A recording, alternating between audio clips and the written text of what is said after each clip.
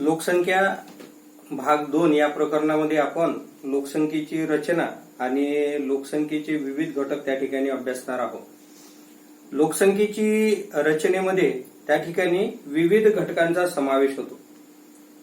लोकसंख्या मुळात हा घटक जो आहे त्याला आपण मानवी संसाधन असे म्हणतो. तर लोकसंख्येच्या मानवी संसाधनामध्ये आपल्याला असं दिसून येते की मानवी संसाधनाचा अभ्यास करत असताना त्याचे शारीरिक गुणवैशिष्ट्ये व बौद्धिक गुणवैशिष्ट्ये या दोन्ही घटकांचा अभ्यास करणे जरुरीचे आहे.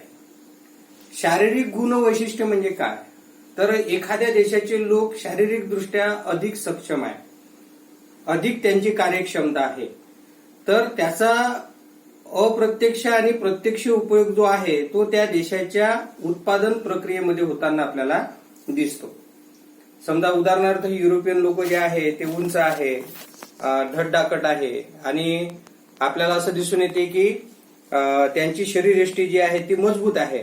तर त्या शारीरिक गुण वैशिष्ट्याचा देशाच्या आर्थिक प्रक्रियेमध्ये कसा सहभाग होतो, तर ह्या सर्व गोष्टीचा आपल्याला अभ्यास करावाच लागते. म्हणजे मानवी संसाधनाचं पहिलं जर गुणधर्म आपण पाहिला म्हणजे एक बाजू जर पाहिली तर त्यांची कार्यकुशलता विचारात घेत असताना शारीरिक दृष्ट्या ते कसे आहे हे विचारात घेतले जाते आणि बौद्धिक दृष्ट्या कसे आहे याचाही विचार केला जातो. म्हणजे बौद्धिक दृष्ट्या कसे आहे याचा अर्थ असा आहे की ते जर बौद्धिक दृष्ट्या सक्षम असतील, त्यांचा बौद्धिक विकास प्रचंड प्रमाणात झालेला असेल तर त्याचाही देशाच्या औद्योगिक प्रणालीमध्ये, देशाच्या आर्थिक विकासामध्ये समावेश होताना आपल्याला दिसतो.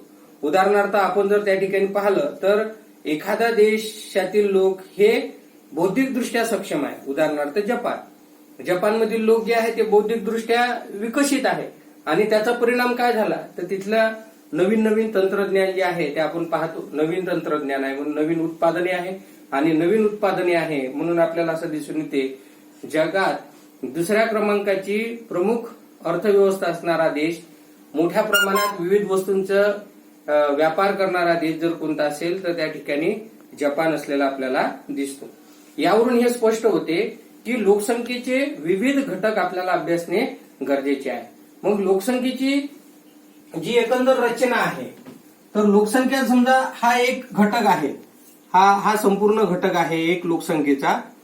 तर लोकसंख्येच्या घटकामध्ये आपल्याला काय दिसते, जसं शरीर आहे आपल्याला, आपण म्हणतो की हा एक संपूर्ण पुरुष आहे किंवा एखादा व्यक्ती आहे. तर व्यक्तीमध्ये काय आहे तर त्याचे हात आहे, पाय आहे, डोकं आहे, अशा सर्व गोष्टी मिळून त्या ठिकाणी जसा एक व्यक्ती तयार होतो, एक स्ट्रक्चर तयार होते, तसंच लोकसंख्येचं स्ट्रक्चर जे आहे, लोकसंख्येची रचना जी आहे ती कशा प्रकारची आहे. तर थोडक्यात आपण इथे एक मिनिट या चौकोनाकडे लक्ष द्या. या चौकोनाकडे असं दिसते आपल्याला हे जर एक संपूर्ण युनिट लोकसंख्येचं आहे तर या युनिटला अशा दोन विभागात मी विभाजित करतो. हे दोन विभाग कोणते तर इकडे आहे लोकसंख्येमध्ये हा पुरुष आणि इकडे स्त्री. म्हणजे लोकसंख्येचे दोन घटक म्हणजे स्त्री आणि पुरुष. मग आता एवढेच घटक समाविष्ट नाही होत, आता मी त्याला असा डिवाइड करतो. बघा असा डिवाइड केला, असा डिवाइड केला, असा डिवाइड केला, असा डिवाइड केला. तर याचा अर्थ अशा पद्धतीचा आहे की स्त्री आणि पुरुष यांचे वेगवेगळे वयोगट सुद्धा असताना आपल्याला दिसतात. समजा हे बालक आहे, तरुण आहे, प्रौढ आहे, वृद्ध आहे, अशा गटामध्ये आपण त्याचं विभाजन करू शकतो. म्हणजे लोकसंख्या पहा स्त्री आणि पुरुषापासून तयार झालेली आहे. लोकसंख्या म्हणजे काय तर त्याच्यात बालक आहे, त्याच्यात वृद्ध आहे, त्याच्यात तरुण आहे, त्याच्यात प्रौढ असलेले आपल्याला दिसतात. म्हणजे लोकसंख्येचे घटक आहे. आता मी याच लोकसंख्येच्या घटकाला अशा भागात त्या ठिकाणी विभाजित करून राहिलो. म्हणजे अजून एक पार्ट केला तयार. असा जर पार्ट तयार करतो तर मला असं लक्षात येते की इकडचा विभाग जर आपण त्या ठिकाणी लोकसंख्येचा शहरी विभाग विचारात घेतो तर इकडचा विभाग जो आहे तो ग्रामीण लोकसंख्येमध्ये सुद्धा आपण समाविष्ट करू शकतो. म्हणजे लोकसंख्या जर आपल्याला अभ्यासायची असेल तर लोकसंख्येचे हे जे घटक आहेत जसे मानवाच्या शरीराचे हात, पाय, डोकं अशा प्रकारचे जे वेगवेगळे घटक आहेत तशा पद्धतीने कंपाऊंड्स ऑफ पॉप्युलेशन, लोकसंख्येच्या कंपोजिशन ऑफ पॉप्युलेशन याच्यामध्ये या सर्व घटकांचा समावेश होताना आपल्याला दिसतो. आणि आपण आजच्या पिरियडला वयोरचना किंवा वयोगट रचना हा पहिला मुद्दा त्या ठिकाणी आपण अभ्यासणार. म्हणजे लोकसंख्या वेगवेगळ्या वयोगटामध्ये जी विभागली जाते त्या लोकसंख्येची वेगवेगळ्या वयोगटामध्ये जी विभागणी झालेली आहे तिला त्या ठिकाणी वयोगट रचना असे म्हणतात. वयोगट रचनेची व्याख्या म्हणजे काय, व्याख्या कशी केल्या जाईल. वयानुसार लोकांची वेगवेगळ्या गटामध्ये केलेली विभागणी. वयानुसार लोकसंख्येची वेगवेगळ्या गटामध्ये केलेली विभागणी म्हणजे वयोगट रचना, एज ग्रुप असं आपल्याला त्या ठिकाणी म्हणता येईल. आता संपूर्ण वेगवेगळे जे देश आहे त्या वेगवेगळ्या देशांमध्ये जर आपण त्या ठिकाणी पाहिलं तर वयोगट रचना जी आहे ती कशा प्रकारची साधारणतः विभाजित केली जाते. आता आपण समजा विचार केला तर एक 0 वयापासून त्या ठिकाणी सुरुवात झाली किंवा 1 महिन्यापासून एखाद्या बालकाची सुरुवात झाली तर तू किती वर्षापर्यंत जीवन जगतो, 100 वर्षापर्यंत जीवन जगताना आपल्याला दिसते. अशाच पद्धतीने म्हणजे एखादं बालक हे 1 महिन्याचं आहे तर 1 महिन्यापासून तर 100 वर्षापर्यंत जवळपास एखादा व्यक्ती जीवन जर जगत असेल तर त्याला त्या ठिकाणी आपण वेगवेगळ्या नावाने उच्चारतो. जसं बालक आहे, त्याच्यानंतर आपण त्याला कुमार आहे, त्याच्यानंतर जर आपण त्याला त्या ठिकाणी म्हणतो तरुण आहे. काही लोकांना आपण म्हणतो हा प्रौढामध्ये समाविष्ट होते, काही लोकांना आपण म्हणतो त्या ठिकाणी की हा जो आहे तो वृद्धांमध्ये समाविष्ट होते. अशी जर आपण संपूर्ण जगाची लोकसंख्या वेगवेगळ्या गटामध्ये विभाजित करतो तर वयोगट रचनेमध्ये त्या ठिकाणी आपल्याला नवजात बालक किंवा अभ्रक, त्याच्यानंतर त्या ठिकाणी बालक, त्याच्यानंतर त्या ठिकाणी आपल्याला कुमार वयोगट आणि त्याच्यानंतर त्या ठिकाणी तरुण, त्याच्यानंतर जो वयोगट येतो तो म्हणजे प्रौढ आणि त्याच्यानंतर जो वयोगट येतो तो म्हणजे त्या ठिकाणी वृद्ध. म्हणजे वयोगट रचनेचं अतिशय बारकाईने सूक्ष्म पद्धतीने त्या ठिकाणी जर आपण विभाजन करतो तर ते येते आहे अभ्रक, नवीन, नवजात बालक, बालक, कुमार, तरुण, प्रौढ आणि वृद्ध अशा गटांमध्ये समाविष्ट होताना आपल्याला दिसते. नवजात बालक म्हणजे काय किंवा अर्भक म्हणजे काय तर ज्याचं वय 0 महिन्यापासून म्हणजे 1 दिवसापासून तर जवळपास 9 महिन्यापर्यंत आहे अशा बालकाला नवजात बालक असे म्हणतात. हे शास्त्रीय दृष्टीने फॉर्मेशन झालेला एक नवीन त्या ठिकाणी वयोगट आहे. याची कारण वेगवेगळी आहे. वैद्यकीय दृष्टीने त्याचं एक नवीन गट जो आहे तो त्या ठिकाणी केलेला आहे. नंतर समजा बालक आहे तर बालकांमध्ये कोणता येईल तर बालकामध्ये त्या ठिकाणी जवळपास 1 वर्षापासून तर 10 वर्षापर्यंत. कुमार आपल्याला काय म्हणता येईल तर 10 वर्षापासून तर 15 वर्षापर्यंत. तरुण म्हणजे काय तर 15 ते 45 या वयोगटातले तरुण. प्रौढ म्हणजे काय तर 45 ते 60 या वयोगटातले प्रौढ. आणि 60च्या वर जे येणार आहे सर्व हे 60च्या वरच्या लोकांना आपण वृद्धांमध्ये समाविष्ट करताना आपल्याला दिसतो. तर अशा पद्धतीने शास्त्रीय दृष्ट्या लोकांचं वेगवेगळ्या वयोगटांमध्ये विभाजन केल्या जाते आणि त्याचा अभ्यास जो आहे तो त्या ठिकाणी केला जातो. वयोगट रचना याचा अभ्यास करण्याची काय गरज आहे तर वयोगट रचनेवर बऱ्याचशा बाबी अवलंबून असलेल्या आपल्याला दिसतात. वयोगट रचनेमुळे त्या देशाची आर्थिक परिस्थितीचा एकंदर अंदाज येतो. वयोगट रचनेचा परिणाम हा प्रामुख्याने देशाच्या आर्थिक स्थितीवर होताना आपल्याला दिसते आणि देशाची आर्थिक स्थिती ही त्या ठिकाणी बदलविण्यासाठी वयोगट रचनेचा परिणाम होतो. आपण जर अजून बारकाईने त्या ठिकाणी अभ्यासलं तर आपल्याला असं लक्षात येते की जसजशा पद्धतीने त्या ठिकाणी वयोगट रचनेचा अभ्यास करण्याचं कारण नियोजन करताना सुद्धा असलेलं आपल्याला दिसते. वयोगट रचनेवरून बालकांची संख्या विचारात घेऊन शाळांची संख्या किती ठेवायची, विद्यालयाची संख्या कशी ठेवायची याचा अंदाज येते. लोकांना वैद्यकीय सुविधा कशा पद्धतीने पुरवायच्या, प्रसूतीच्या कालावधीत असणाऱ्या महिलांची संख्या किती या सर्व गोष्टीचा अंदाज जो आहे तो वयोगट रचनेवरून नियोजन करताना त्या ठिकाणी येताना आपल्याला दिसते. म्हणून वयोगट रचना अभ्यासणे हे अतिशय महत्वाचा घटक आहे. वयोगट रचना अभ्यासासाठी वयोगट रचनेचे मनोरे तयार केले जातात, ज्याला पॉप्युलेशन पिरॅमिड असे म्हणतात. आणि या पॉप्युलेशन पिरॅमिडवरून आपल्याला बऱ्याचशा गोष्टी समजण्यासाठी मदत होते. जर आपण त्या ठिकाणी पाहिलं तर पॉप्युलेशन पिरॅमिड आपल्या पुस्तकामध्ये आकृती 2.1 मध्ये दिलेले आहे. 3 पिरॅमिड त्या ठिकाणी सलगतेने गेलेले आहेत. तर पहिल्यांदा आपण वयोगट रचनेचा पिरॅमिड कसा तयार होतो किंवा त्या ठिकाणी वयोगट रचनेचा मनोरा, थोडक्यात इंग्लिशमध्ये जर म्हणायचं असेल आपल्याला तर पॉप्युलेशन पिरॅमिड कसा तयार होतो हे थोडंसं 2 मिनिट आपण या ठिकाणी समजून घेऊ. इथे जर आपण पाहिलं तर हा वयोगट रचनेचा पिरॅमिड दिलेला आहे. याच्यामध्ये काय आहे तर इथे बघा, इथे दोन डायग्राम असलेले दिसतात, तशा त्या एकत्रित झालेल्या आहे. पण इथून पहा, इथून एक पिरॅमिड आहे, याचा आकार पिरॅमिड सारखा आहे, म्हणजे असं त्रिकोणासारखा आहे, असा आणि असा. तर याचा पाया रुंद असलेला आपल्याला दिसतो, वरचा भाग जो आहे तो अरुंद होत गेला आहे, म्हणून याला पिरॅमिड म्हणतात. याच्या 2 बाजूला 2 बाबी आहे. हा जो आहे आपला हा एक्स अक्ष आहे. एक्स अक्षावर काय आहे तर लोकसंख्या आहे दशलक्षामध्ये. इकडच्या बाजूला सुद्धा लोकसंख्या आहे, म्हणजे याच्यामध्ये या बाजूला पुरुष आहे, या बाजूला स्त्रिया असलेल्या आपल्याला दिसतात.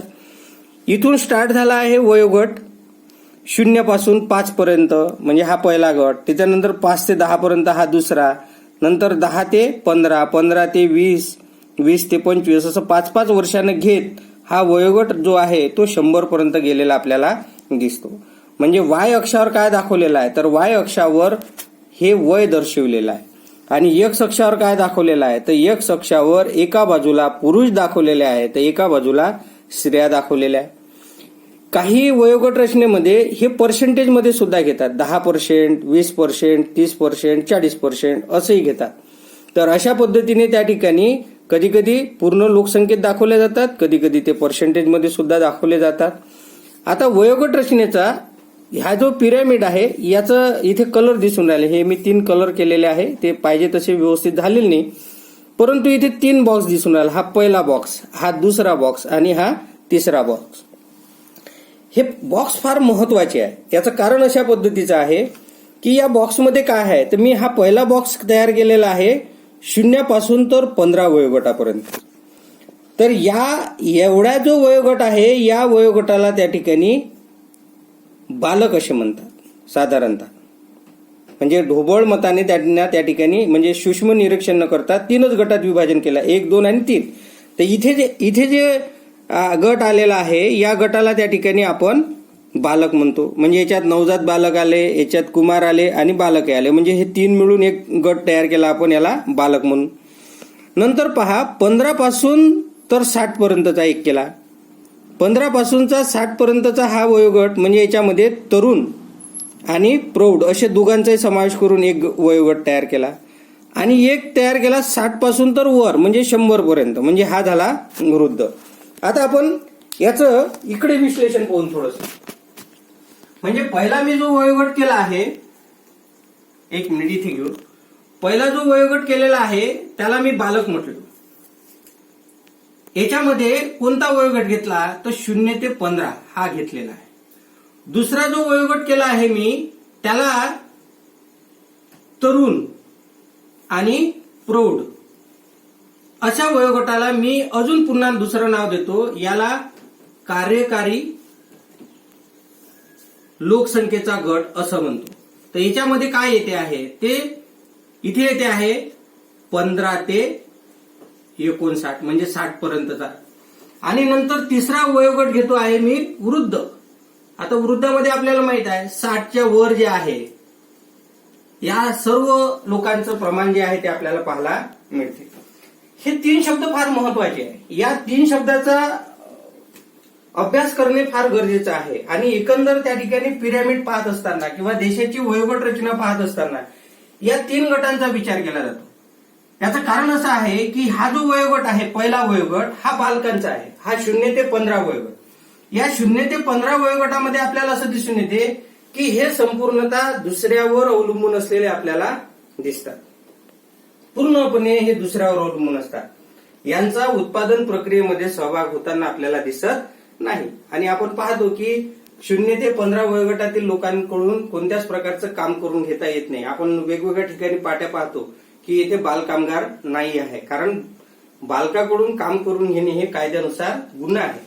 तर याचा अर्थ अशा पद्धतीचा आहे की उत्पादन प्रक्रियेमध्ये बालकामगार किंवा बालक लोकांचा अजिबात समावेश होताना आपल्याला दिसत नाही.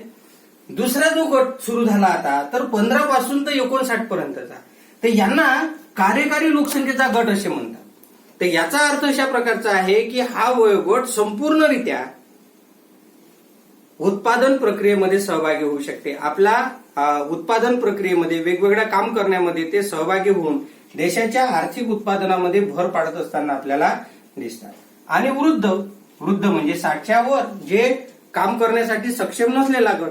तर आता जर आपण त्या ठिकाणी पाहिला तर आपण याचा 2चा प्लस जर केला, लक्ष द्या इकडे फार महत्वाचा आहे, याच्यावरच त्या ठिकाणी पुढचे काही टॉपिक जे आहे ते अवलंबून असलेले आपल्याला दिसतात. बालक आणि वृद्ध जर आपण एकत्रित केले तर याला अवलंबित दुसऱ्यावर अवलंबून असणारा वयोगट म्हणता येईल. आणि प्रत्यक्ष मग कार्यकारी लोकसंख्येचा वयोगट कोणता आहे? हा 15 ते 59, म्हणजे यांना कार्यकारी. आता जेव्हा आपण पिरॅमिड पाहणार, लक्षात घ्या, तर अवलंबित लोकांचं प्रमाण किती आणि कार्यकारी लोकसंख्येचं प्रमाण किती, यावरून त्या ठिकाणी देशाच्या आर्थिक स्थितीचा अंदाज आपल्याला येताना दिसतो. उदाहरणार्थ पहा, एखाद्या देशामध्ये 50% लोकसंख्या अशी आहे की जे 15 ते 59 वयोगटामध्ये आहे, म्हणजे कार्यकारी लोकसंख्या 50%.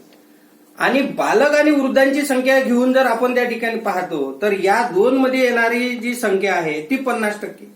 म्हणजे याचा अर्थ अशा पद्धतीचा आहे की उत्पादन प्रक्रियेमध्ये जे सहभागी होऊन राहिलेली लोकसंख्या आहे ती केवळ 50% आहे. आणि 50% लोक या 50% लोकांवर अवलंबून असलेले आपल्याला दिसतात, अशी आकडेवारी स्पष्ट करते. आणि ही जरी थोडीशी मागं पुढे जरी होत असली तरी यावरून त्या ठिकाणी देशाच्या आर्थिक स्थितीचा अंदाज येतो की एखाद्या देशात किती टक्के लोक हे उत्पादन प्रक्रियेमध्ये सहभागी झाले आणि त्याच्या भरोशावर जीवन जगणारे लोकांची संख्या किती आहे, यावरून त्या ठिकाणी प्रामुख्याने त्या देशाच्या आर्थिक स्थितीचा अंदाज घेणे हे आपल्याला सोयीस्कर होताना दिसते. आता वयोगट रचनेचा अभ्यास करत असताना पुढे वयोगट रचनेला किंवा त्याचे पिरॅमिड्स तयार झालेले आहे, त्या पिरॅमिडचे आपल्याला 3 प्रकार दिसतात. एक पहिला प्रकार जो आहे तो विस्तारणारा, म्हणजे विस्तार होणारा, दुसरा आहे संकोच होणारा आणि तिसरा आहे स्थिरावलेला. हे समजणे फार सोपी आहे. हे समजणे सोपी अशी आहे की आपण जर त्या ठिकाणी हे पिरॅमिड्स पाहिले आकृती 2.3 मधले, तर आपल्याला त्याचा अभ्यास करणे सहज सोयीस्कर होते.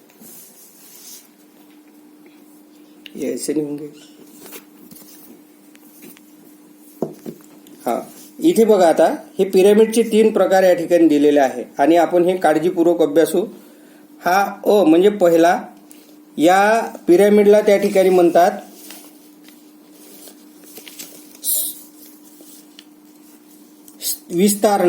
विस्तारणारा म्हणजे काय, तर 1 मिनिट लक्ष द्या. याच्या खाली काही प्रश्न आहे, हे बघा प्रश्न. या प्रश्नांची उत्तर आपल्याला लिहायची आहे. ही प्रश्न समजून घेत असताना वर जर आपण त्या ठिकाणी हा संपूर्ण चांगल्या पद्धतीने समजून घेतला किंवा मी जे अगोदर विश्लेषण केलेलं आहे त्या विश्लेषणावरून जर आपण त्या ठिकाणी विचारात घेतलं तर हे 3 पिरॅमिड्स आपल्याला समजते. या 3 पिरॅमिड 3 वेगवेगळ्या देशांमध्ये असणाऱ्या लोकसंख्येची स्थिती दर्शविते. हे एक प्रामुख्याने लक्षात घ्या. आणि यावरून म्हणजे आपल्याला ज्या विद्यार्थी हे अतिशय चांगल्या पद्धतीने अभ्यासू शकतील, ज्यांचं थोडंसं लॉजिक डेव्हलप झालेलं आहे, म्हणजे त्यांना असं झालं तर तसं कसं होईल असं जर समजण्याची क्षमता या आकृतीवरून असेल तर त्याला म्हणतात लॉजिक डेव्हलप करणे. आणि बहुतेक विद्यार्थी या लॉजिकच्या आधारावर त्या ठिकाणी प्रश्नांची उत्तरं लिहू शकतात. तर लक्षात घ्या की इथे जर आपण पाहतो तर आपल्याला असं लक्षात येते की हा जो पहिला पिरॅमिड्स आहे, या पहिल्या पिरॅमिड्सला त्या ठिकाणी विस्तारणारा पिरॅमिड असे म्हणतो. याला विस्तारणारा पिरॅमिड्स किंवा विस्तारणारा मनोरा का म्हणतात ते याचं कारण पहा. याचं कारण असं आहे की या पहिल्या पायामध्ये हा अधिक विस्तारित आहे. म्हणजे जिथे बालकांची संख्या आहे तिथे तो अधिक विस्तारित झालेला आपल्याला दिसतो. आणि वर जाता जाता सुद्धा काय झालेलं आहे तर एकदम वृद्धांची संख्या कमी झालेली आहे. म्हणजे इथे आपल्याला असं दिसते की याच्यावरून दोन गोष्टी लक्षात येते. इथे जे लोकसंख्या येऊन राहिली ते कुठून येऊन राहिली, बालकांची आहे. म्हणजे याचा अर्थ इथे जन्मदर अधिक आहे. पहा, लक्ष द्या, इथे फार महत्वाची माहिती आहे. इथे जे आहे ते जन्मदर जो आहे तो अधिक आहे, म्हणून बालकांची संख्या अधिक असलेला आपल्याला दिसते. दुसरा महत्वाचा भाग की वृद्धांची संख्या कमी आहे. वृद्धांची संख्या कमी आहे म्हणजे मृत्यूदर अधिक आहे. जर हा देश विकसित असता तर काय झालं असतं, वृद्धांची संख्या सुद्धा अधिक राहिली असती, मृत्यूदर कमी राहिला असता. पण आपल्याला असं दिसून येते की जन्मदर अधिक आहे आणि मृत्यूदर एकदम कमी आहे, कारण मृत्यूदर सुद्धा वाढलेला दिसून येतो.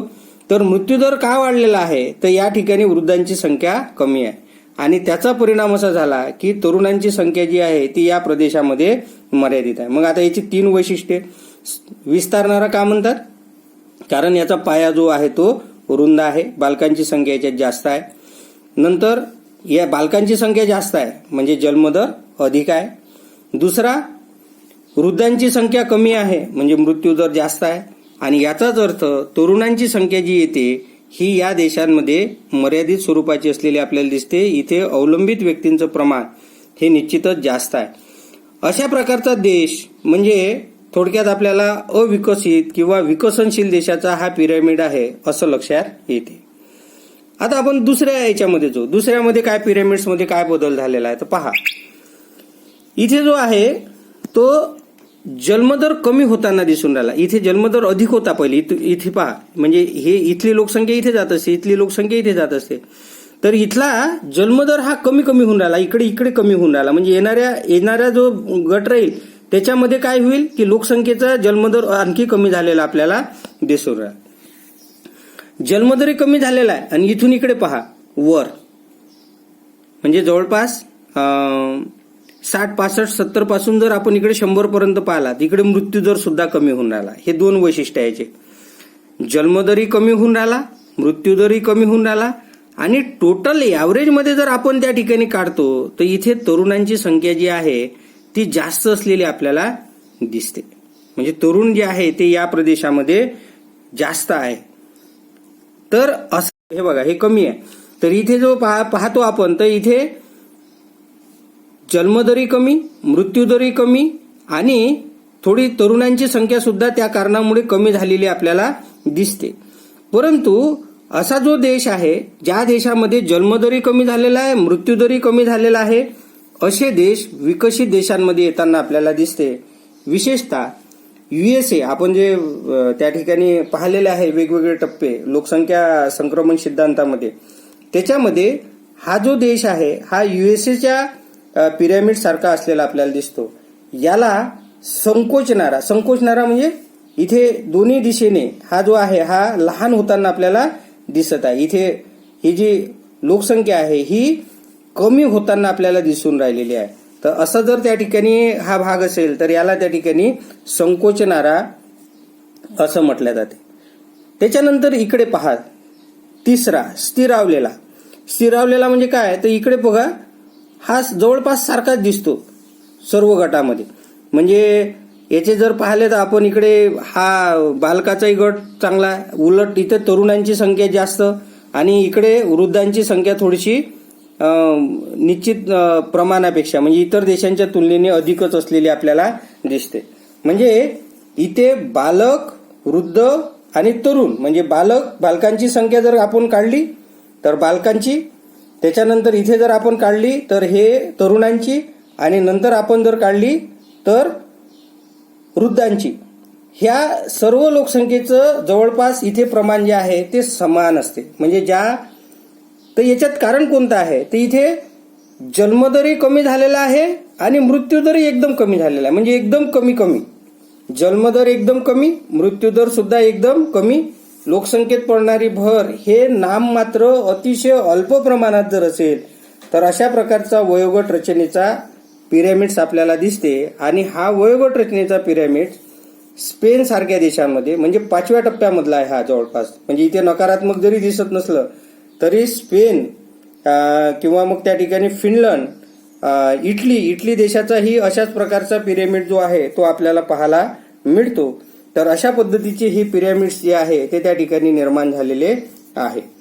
आणखी एक भारत देशाचा पिरॅमिड तुमच्या पुस्तकामध्ये दिलेला आहे, लक्ष दे जा. इथे भारताचा पिरॅमिड आकृती 2.2 मध्ये. तर तो जर पिरॅमिडची आकृती आपण पाहिली तर ती अशी दिसते आपल्याला, एकदम तळाकडे एकदम विस्तारित गेलेला आणि वर गेल्यावर एकदम निमुळता होत गेलेला आपल्याला दिसतो. तर त्याच्यावरही काही प्रश्न विचारलेले आहेत. तर त्याचंही बारकाई निरीक्षण करून काही प्रश्नांची उत्तरं लिहायची आहे. पहिल्यांदा आपण इथले काही महत्वाचे प्रश्न जे आहे ते पाहू. कोणत्या मनोऱ्यात बालकांची संख्या सर्वात कमी आहे? तर सर्वात कमी बालकांची संख्या असणारा मनोरा हा आहे, दिसते आपल्याला. कोणत्या मनोऱ्यात वृद्धांची संख्या सर्वात कमी आहे? तर सर्वात कमी वृद्धांची संख्या पहिल्याच याच्यात आहे. त्याच्यानंतर कोणत्या मनोऱ्यात युवा राष्ट्राचे प्रतिनिधित्व करतो? तर कोणत्या राष्ट्रात युवा राष्ट्राचे प्रतिनिधित्व करतो? जवळपास ज्या देशांमध्ये समान आहे, म्हणजे हे दोन्ही म्हणता येईल आपल्याला. इथे वृद्धांची संख्या थोडीशी कमी आहे, पण इथे जे आहे ते वृद्धांची संख्या जवळपास सारखी असते, जास्त असते. म्हणून शेवटच्या याच्यात युवा राष्ट्राचे प्रतिनिधित्व करतो.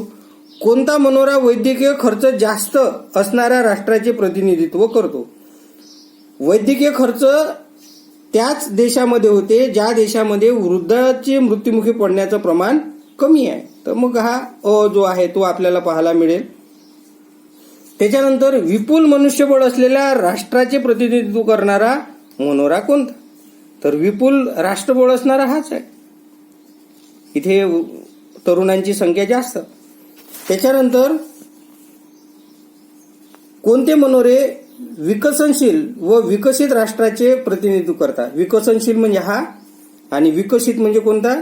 तर याचाही समावेश करता येईल आणि याचाही समावेश करता येईल. म्हणजे दोन वेगवेगळे प्रश्न लिहावे लागेल. विकसनशील मध्ये तर विकसित राष्ट्रांमध्ये त्या ठिकाणी आ आणि ई अतिविकसित राष्ट्रांमध्ये समाविष्ट होताना आपल्याला दिसते. असे या प्रश्नांची उत्तर आपल्याला लिहिता येईल. आणि यावरून आपल्याला असं लक्षात येते विद्यार्थी मित्रांनो की जे आपण मनोऱ्याचे 3 प्रकार पाहिलेले आहे, या 3 प्रकारामध्ये पहिला जो प्रकार आहे हा विस्तारणारा आहे, हे आपल्याला लक्षात आलं. याच्यात बालकांची संख्या जास्त, वृद्धांची संख्या कमी, जन्मदर अधिक, मृत्यूदर अधिक. संकोचणारा, याच्यात बालक जे आहे ते कमी झालेले आपल्याला दिसून येतात आणि त्याचबरोबर त्या ठिकाणी मृत्यूदर सुद्धा कमी झालेला आहे. युएसएचा असा हा प्रतिनिधित्व करणारा संकोचणारा दुसरा पिरॅमिड्स आहे. आणि स्थिरावलेला म्हणजे तिन्ही वयोगटामध्ये बालक, तरुण आणि वृद्ध या तिन्ही वयोगटामध्ये असणारी संख्या जी आहे ती सारखीच असते. अशा वयोगट रचनेचे आणि त्याच्यानुसार झालेल्या मनोऱ्याचे 3 प्रकार आपल्याला दिसतात. विद्यार्थी मित्रांनो, पुढचा मुद्दा आहे लिंग गुणोत्तर. लोकसंख्येच्या रचनेमधला हा अतिशय महत्वाचा घटक आहे. आपल्याला माहित आहे की लोकसंख्या जी आहे ती 2 घटकांमुळे निर्माण झालेली आहे. एक तर स्त्री आणि पुरुष. स्त्री आणि पुरुष यांच्या कॉम्बिनेशनमुळे त्या ठिकाणी लोकसंख्या निर्माण झालेली दिसून येते. म्हणून लिंग गुणोत्तर, लिंग रचना, सेक्स रेशिओ हा एक अभ्यासक्रमातला अतिशय महत्वाचा घटक आहे. यावरून देशाच्या आर्थिक स्थितीचा, सामाजिक स्थितीचा अंदाज जो आहे तो प्रामुख्याने येतो. प्रामुख्याने सामाजिक स्थितीचा अभ्यास करण्यासाठी लिंग गुणोत्तर अभ्यासणे गरजेचं आहे. विवाहाचं वय निर्धारित करणारा घटक जर असेल तर तो लिंग गुणोत्तर असलेला आपल्याला दिसतो. आणि लिंग गुणोत्तर म्हणजे काय? तर लिंग गुणोत्तराची व्याख्या ही नवीन पुस्तकामध्ये दिलेली नाही आहे, परंतु आपल्याला माहित असू द्या स्त्री आणि पुरुष यांच्या एकूण लोकसंख्येचं जे गुणोत्तर आहे त्या गुणोत्तरानुसार त्या ठिकाणी लिंग गुणोत्तर तयार केल्या जाते. इथे लिंग गुणोत्तराचं सूत्र आहे. म्हणजे लिंग गुणोत्तर काढलं कसं जाते तर बहुतेक देशांमध्ये ते 1000 पुरुषामागे स्त्रियांची संख्या निर्धारित केली जाते. म्हणून व्याख्या सुद्धा अशी केली जाते. पहा, बहुतेक देशांमध्ये लिंग गुणोत्तर 1000 पुरुषामागे असणारी स्त्रियांची संख्या निर्धारित करून काढली जाते. ही जर आपण त्या ठिकाणी पाहिली तर याच्यावरून व्याख्या अशी तयार होते, दर 1000 पुरुषामागे असणारी स्त्रियांची संख्या म्हणजे लिंग गुणोत्तर. आणि मग हे काढतात कसं, तर हे या सूत्राच्या आधारावर काढतात. लिंग गुणोत्तर म्हणजे काय, तर लिंग गुणोत्तर किंवा सेक्स रेशिओ म्हणजे एकूण स्त्रियांची संख्या, एखाद्या प्रदेशातील एकूण स्त्रियांची संख्या भागीला एकूण पुरुषांची संख्या, यावरून त्या ठिकाणी लिंग गुणोत्तर काढले जाते.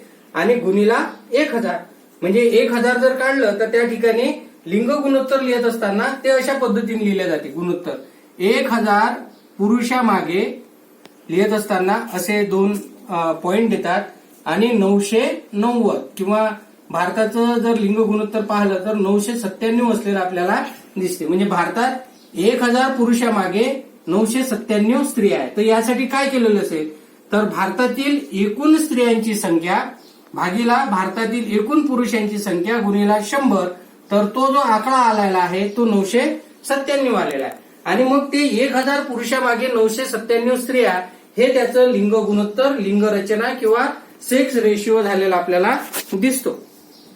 जगामध्ये काही देशांमध्ये लिंग गुणोत्तर वेगवेगळ्या पद्धतीने अभ्यासतात. बहुतेक देशांमध्ये 1000 पुरुषामागे मागे स्त्रियांची संख्या किती आहे ही विचारात घेतली जाते. USA सारख्या देशामध्ये 100 व्यक्तीच्याच मागे स्त्रियांची संख्या किती आहे ही विचारात घेतली जाते.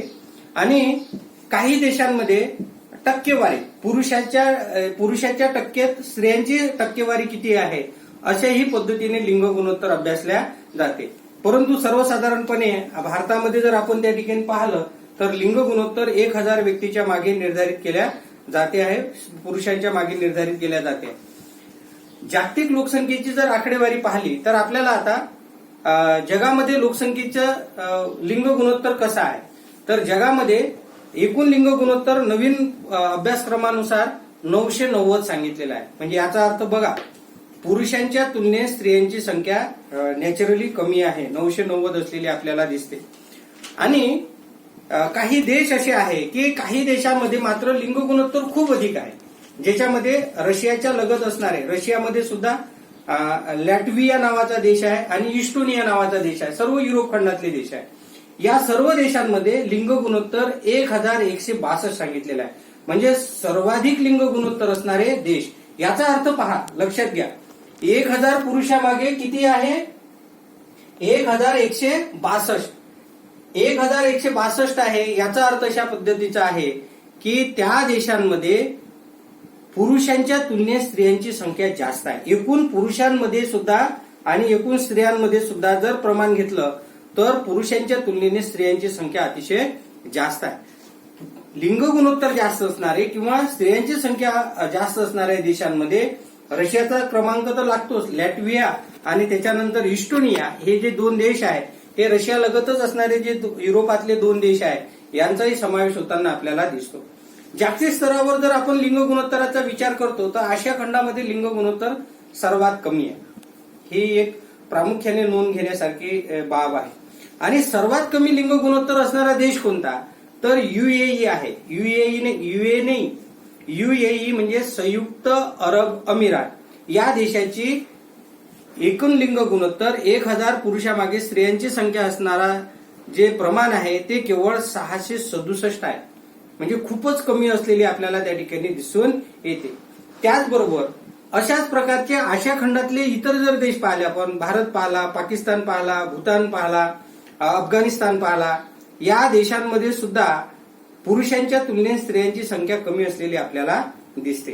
तर हे जे प्रमाण आहे हे त्या देशाची आर्थिक स्थिती, त्या देशाची साक्षरता, त्या देशात उपलब्ध असणाऱ्या शैक्षणिक सुविधांचा विकास इत्यादी गोष्टींचा परिपाक असलेला आपल्याला दिसतो. आणि बहुतेक देशांमध्ये धार्मिक घटक सुद्धा याला कारणीभूत असलेले आपल्याला दिसतात. ज्या देशांमध्ये राजकीय समानता आहे, ज्या देशामध्ये आर्थिक समानता आहे, ज्या देशांमध्ये स्त्री आणि पुरुष यांची समानता आहे, अशा देशांमध्ये, ज्या देशांची साक्षरता खूप अधिक आहे, त्या देशाची शैक्षणिक पातळी उंचावलेली आहे, अशा देशांमध्ये मात्र स्त्री आणि पुरुष यांचा दर्जा समान आहे. स्त्री आणि पुरुषांचा दर्जा जर समान असेल तर तिथे लिंग गुणोत्तर सुद्धा अधिक असलेलं आपल्याला दिसते. उदाहरणार्थ जगामधले जे विकसित देश असणारे खंड आहेत याच्यामध्ये जर आपण पाहतो तर युरोप खंड, त्यानंतर नॉर्थ अमेरिका म्हणजे उत्तर अमेरिका, साऊथ अमेरिका या देशांमध्ये जागतिक लिंग गुणोत्तरापेक्षा जास्त लिंग गुणोत्तर असलेलं आपल्याला दिसते. कारण या देशामध्ये बहुसंख्य देश हे विकसित आहे. बहुसंख्य देशांमध्ये स्त्रियांना सुद्धा मानाचा दर्जा असलेला आपल्याला दिसतो. सामाजिक दृष्ट्या त्या ठिकाणी स्त्री आणि पुरुष याच्यामध्ये समानता असलेली आपल्याला दिसते. स्त्रियांच्या मर्यादेचे प्रमाण या देशांमध्ये कमी आहे आणि त्याचा परिणाम असा दिसून येतो की या देशामध्ये लिंग गुणोत्तर जे आहे ते अधिक असलेलं दिसते. उलट जे देश अविकसित आहे, आफ्रिका खंडामध्ये लिंग गुणोत्तर 2016च्या आकडेवारीनुसार जवळपास 1000 आहे, म्हणजे समसमान आहे. आणि लिंग गुणोत्तर कमी असणारे जे 2 खंड आहेत त्याच्यामध्ये आशिया खंडाचा प्रामुख्याने समावेश होतो आणि ऑस्ट्रेलियाचा सुद्धा प्रामुख्याने समावेश होतो की या दोन्ही खंडामध्ये आशिया आणि ऑस्ट्रेलियामध्ये लिंग गुणोत्तर जे आहे ते पुरुषांच्या तुलनेने अतिशय कमी आहे. तर ही बाब जी आहे ती देशाच्या आर्थिक प्रगतीचा आरसा असणारा घटक त्या ठिकाणी आहे. आपल्या अभ्यासक्रमामध्ये त्याच्यावर जे विश्लेषण आलेलं आहे नवीन ते अतिशय कमी असल्या कारणामुळे आपण त्याच्यावर जास्त काही विश्लेषण करणार नाही. परंतु मला असं वाटते झालेला भाग जो आहे तो पुरेसा आहे. आपण आता 2 घटक अभ्यासले. एक अभ्यासला वयोगट रचना आणि दुसरा अभ्यासला लिंग गुणोत्तर. तर याच्यावर पाठ्यपुस्तकाच्या मागच्या बाजूला काही महत्वाचे प्रश्न आहे. एक तर ऑब्जेक्टिव्ह मध्ये प्रश्न आहे आणि त्यानंतर लिंग गुणोत्तर आणि वयोगट रचनेवर महत्वाचा प्रश्न आहे टिपालियामध्ये, वयोगट रचना आणि लिंग गुणोत्तर. तर आपल्याला हे दोन्ही भाग जे आहेत ते सेपरेट लिहायचे. एकीकडे वयोगट रचना लिहा आणि एकीकडे लिंग गुणोत्तर लिहा. वयोगट रचना आणि लिंग गुणोत्तर संपलं की त्या ठिकाणी त्याच्यात दोन्हीच्या मध्ये थोडक्यात तुलना करण्याचा प्रयत्न जो आहे तो 3ऱ्या पॅरेग्राफ मध्ये करायचा. टिपच लिहायची आपल्याला. टिप ही सर्वसाधारणपणे 1.25 ते 1.5 पेज आपल्याला लिहायची आहे आणि ही थोडीशी मोठी टिप असल्यामुळे आपले 2 पेज होऊ शकते. परंतु वयोगट रचना आणि लिंग गुणोत्तर लिहित असताना पहिल्यांदा वयोगट रचनेची माहिती लिहा, नंतर लिंग गुणोत्तराची माहिती लिहा आणि नंतर शक्य झाल्यास 3ऱ्या पॅरेग्राफ मध्ये त्या ठिकाणी वयोगट रचना आणि लिंग गुणोत्तर याची तुलना करण्याचा प्रयत्न